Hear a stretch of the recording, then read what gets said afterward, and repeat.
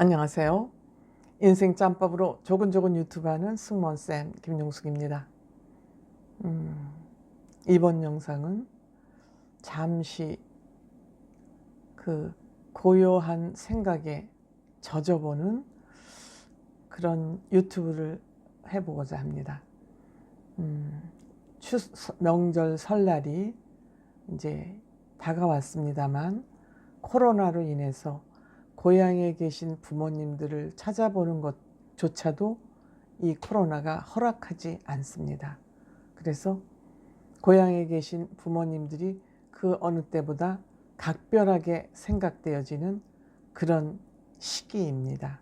그래서 저는 이제 부모님들이 다 돌아가셨지만 특히 명절이 되고 그러면 자식을 보기 위해서 음식을 장만하고 손꼽아 기다리고 시각이 촉각촉각 가는 시계를 보면서 기다리는 자식들을 기다리는 부모님 마음 중에서 특히 어머님 마음에 대해서 좀 짚어보려고 합니다.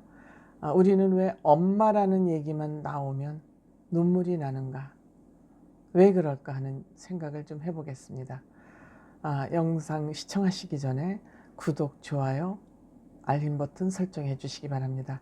여러분들의 사랑은 제가 새해에도 정직하고 바른 방송을 하는데 많은 힘이 됩니다. 고맙습니다. 우리가 방송이나 책을 읽거나 할 때 엄마에 대한 얘기가 나오면 대부분 눈물을 흘립니다. 왜 우리는 엄마 소리를 들으면 눈물을 흘려야만 할까? 저도 엄마이자 딸이자 그런 이제 인생에서 겪어야 될 대부분의 삶의 경험을 겪은 나이가 됐습니다.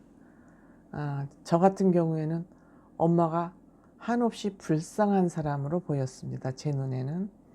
그래서 엄마 보호자가 되어야 되겠다는 생각을 많이 가졌던 사람입니다.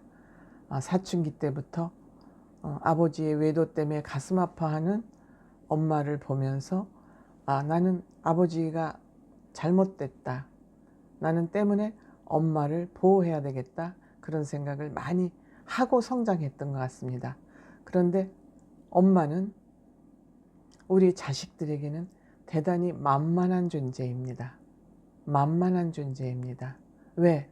엄마는 늘 내 편이기 때문에, 엄마는 늘 자식들 편이기 때문에 세상에서 가장 만만한 사람이 엄마입니다.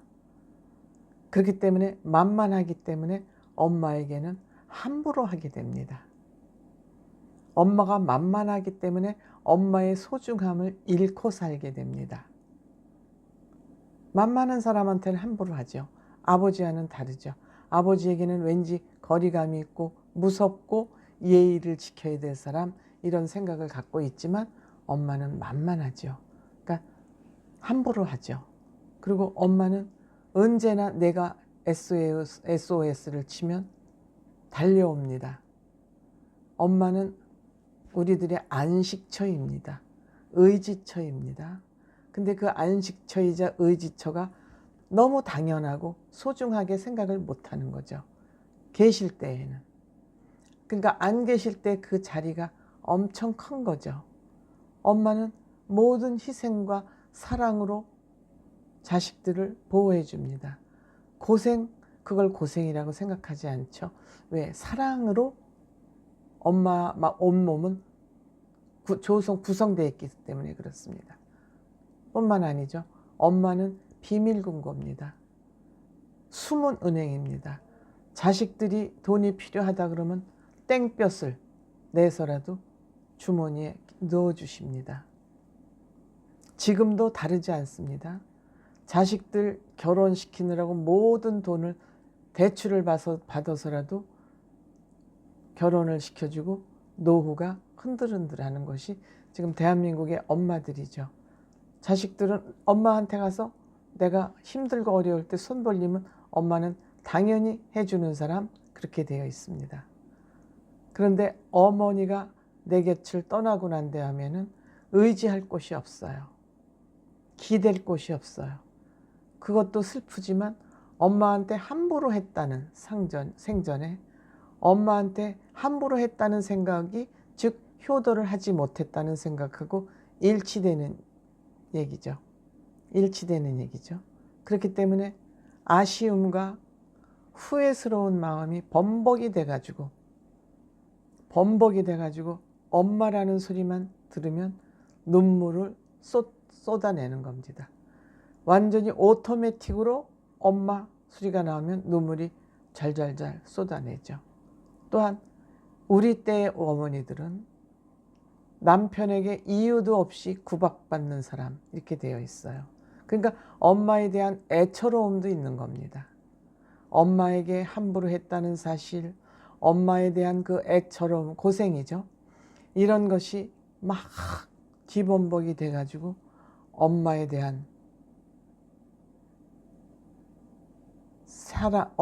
엄마라는 얘기만 나오면 눈물이 쏟아지는 거죠. 그럼에도 또 그렇게 생각했다가도 눈 뜨고 나면 엄마의 소중함을 또 잊어버리죠.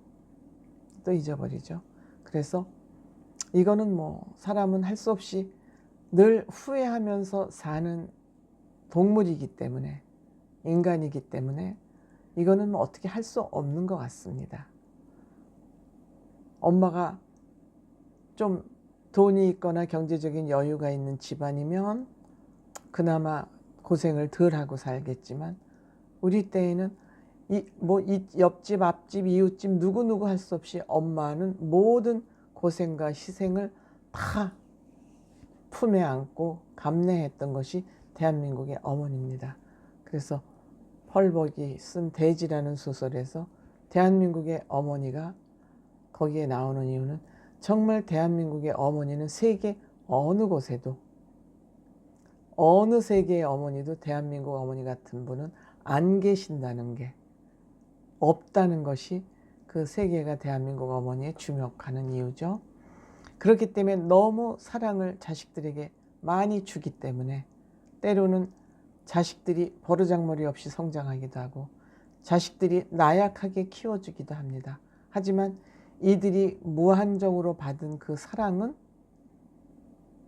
대한민국을 인정 많은 나라, 외국인들이 와서 보면 대한민국의 인정 많은 감성 문화에 껌뻑 죽는 그런 대한민국 특유의 문화를 만들어내기도 하죠. 그래서 대한민국의 문화는 사실 어머니의 문화라고 해도 저는 과언이 아니라고 생각합니다. 어머니의 희생 위에서 경제발전도 이루었고, 어머니의 희생이 대한민국 앞으로 문화관광 상품이 되기도 하는 거 아닌가, 저는 이렇게 생각합니다.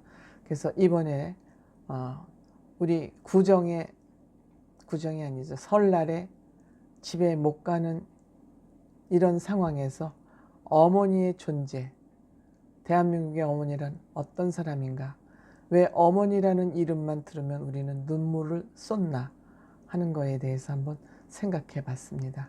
고맙습니다.